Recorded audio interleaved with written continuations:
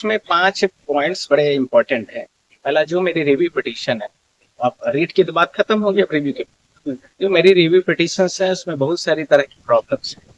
चीजें 2009 के पहले जिन टीचरों पर नहीं लागू थी तो उनको कैसे लागू करेंगे, और यदि लागू किया गया तो बिना किसी टीचर्स को कंसर्न डिपार्टमेंट के, बिना किसी और विभिन्न चीजों के जब अप्लाई ही नहीं होती है तो कोई भी चीज नल एंड वाइड है। नल वाइड चीजों को टीचरों के साथ में ही क्यों किया जा रहा है, पहला।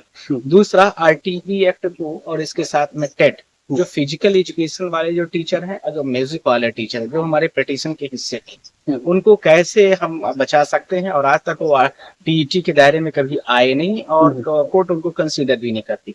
इसके साथ में डिपार्टमेंट भी नहीं करता और आरटीई एक्ट भी उनको कवरेज नहीं देता है। ये बड़ा इंपॉर्टेंट, जब वो नहीं देते हैं कोई भी ग्राउंड तो आपने उनको कैसे लपेटे में ले लिया, क्योंकि कोई टीचर और म्यूजिक का क्या आप टेट के एग्जाम में पूछेंगे उसके साथ में। मेन सवाल जो अगला है, जब कोई भी एजुकेशन का नोटिफिकेशन होता है तो नोटिफिकेशन के साथ में जो उसमें चीजें लिखी जाती हैं वही चीजें उसमें दौरान पर लगा दी जाती है और वही आगे आपका सैलरी हो गया, कितना वेतनमान रहेगा, क्या क्या अलाउंस रहेंगे, इसके साथ में कितने सालों पर नौकरी होगी, मिनिमम एज लिमिट क्या है, मैक्सिमम क्या है, और क्या एलिजिबिलिटी रहेगी, क्वालिफिकेशन क्या होगा, और इसके साथ में आपको कब कब क्या चीजें दी जाएगी। तो ये सब जो होती हैं वो एक पूरी तरीके से पूरे जीवन की और नौकरी की पूरा खाका होता है और उसके अकॉर्डिंगली ये सब चीजें की जाती है। पर यहाँ पर थोड़ा सा हटके है और जिस प्रकार से सरकारें कर रही हैं वो पूरी तरीके से गए कानूनी तरीके से, और एक तरफ रिव्यू भी फाइल की है और दूसरी तरीके से ये कोर्ट से चाहती भी है कि कहीं ना कहीं पर स्टे लगे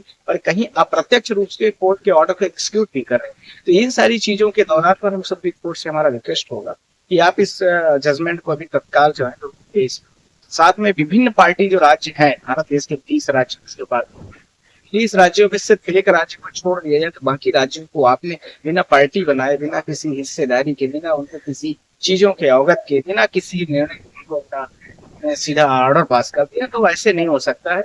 इस आधार पर कोर्ट उनको बिल्कुल अपॉर्चुनिटी देगी और मुझे पूरा भरोसा है कि जल्दी इसमें स्टे ऑर्डर सर, एक ग्राउंड की बात और हो रही है और तमाम तरह के जो वकील हैं, जैसे आप जैसे जो वकील हैं वो इस बात को कर रहे हैं कि पहली बात, शिक्षकों का एक एक्सपीरियंस जो है अच्छा खासा हो चुका है। 2 दशक से जिनकी आप पैरवी करें लगभग 2 दशक से ऊपर का उनका एक्सपीरियंस है, एक बात।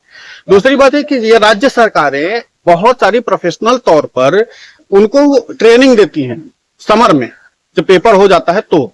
एक चीज तो, 2 चीज ये हो गई। तीसरी चीज है कि छोटे छोटे डिप्लोमा कोर्सेस बीएड डीएड भी सरकारी शिक्षकों को कराए गए हैं, जिनकी पैरवी आप लोग कर रहे हैं।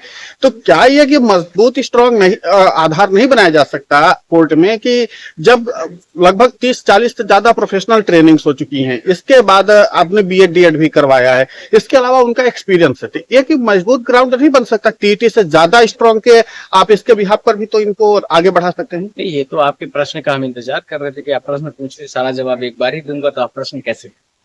मैं 3 चीजों को और भी ऐड किया हूँ कि जो बीएड डीएड और डीएलएड और साथ में बीटीसी, इन चीजों का जो कोर्स प्रोफेशनल स्किल को डेवलप करने के लिए सरकारें कराती है और उन टीचरों की बेसिक अर्हता ही है कि उनको तत्काल जो है तो ये सारे डिग्री दे दिया जाए, उसके बाद ही उनका प्रमोशन होगा, उनका आगे का जो भी आगे प्लान होगी वो आगे उनकी सारी चीजें बढ़ेंगी। तो सारी चीजों को लेकर के ये सब किए जाते हैं, पहली पॉइंट। दूसरा पॉइंट, इसके अलावा बीएड डीएड यदि किसी ने कर ही लिया तो भारत देश में बहुत सारे राज्य ऐसे हैं जो प्रोफेशनल एग्जाम टीईटी से बेहतर एग्जाम 2005 से या 2000 से स्टार्ट कर रहे हैं।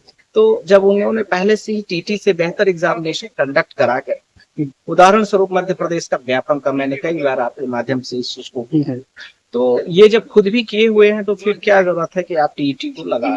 तो ऐसे राज्यों को आपको एक्सेप्शन करना चाहिए, छोड़ देना चाहिए। तो यह भी हमारे मुद्दों पे गेन ग्राउंड ये सारी चीजें रहेंगी और उसको हम करते हैं। सर, प्रायोरिटी की बात आ रही है तो यही जो आपको याद होगा कि सहायक शिक्षक जो थे, सहायक शिक्षकों को इन्होंने हाई स्कूल तक प्रमोट किया और कई बार तो हाई स्कूल के इन्होंने मतलब जो माध्यमिक के थे उनको आप हाई स्कूल तक लेके प्रिंसिपल पद से वो रिटायर हो रहे हैं। सहायक शिक्षक के बारे में आप पता होंगे।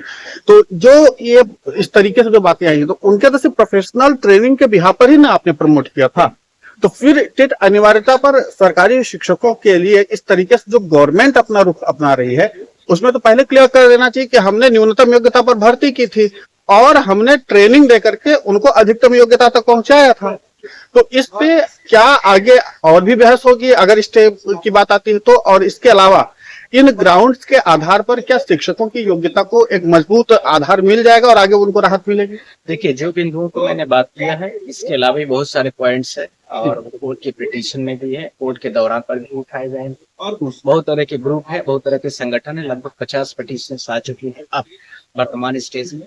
तो सब लोगों के अपने अपने ग्राउंड्स है और आप एक कॉमन ग्राउंड्स में जो बात कर रहे हैं, उस ग्राउंड में 2-3 चीजें जो आपने बोला कि प्रमोशन जो किए गए हैं, वो प्रमोशन किसी भी टीचर्स के या तो एक्सपीरियंस बेस पर है या उनको जो स्किल्ड के बहुत सारे डीएलएड और डीएड पीटीसी वगैरह डिपार्टमेंटल की जो बहुत तरह के कोर्सेस होते हैं उसको करने के बाद कराए गए। ये सब चीजें जो की गई है, तो इसके आधार पर तो मैं आपसे यही कहना चाहता हूँ कि ये सब हमारे ग्राउंड्स रहेंगे और उस ग्राउंड को हम लोग उसको कैलकुलेट करेंगे और उसको आगे बढ़ाएंगे।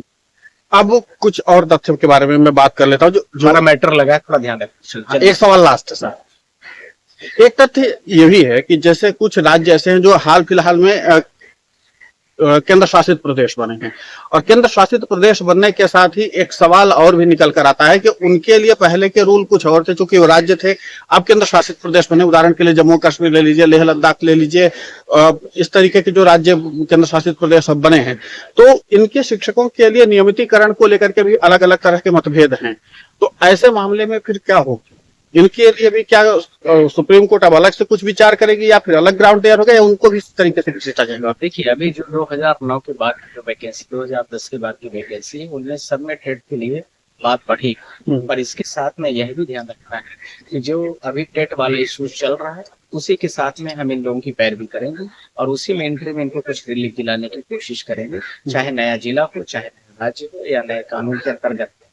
तो उसमें कई सारी चीजें स्किल के तौर पर आएंगी और उसको हम करेंगे, कोर्ट के सामने पेश करेंगे। और इस तरह के इशू जैसे जम्मू कश्मीर स्टेट हमारे पास नहीं है, हो सकता है किसी काउंसिल के पास है, हमारे पास अलग अलग स्टेट्स है।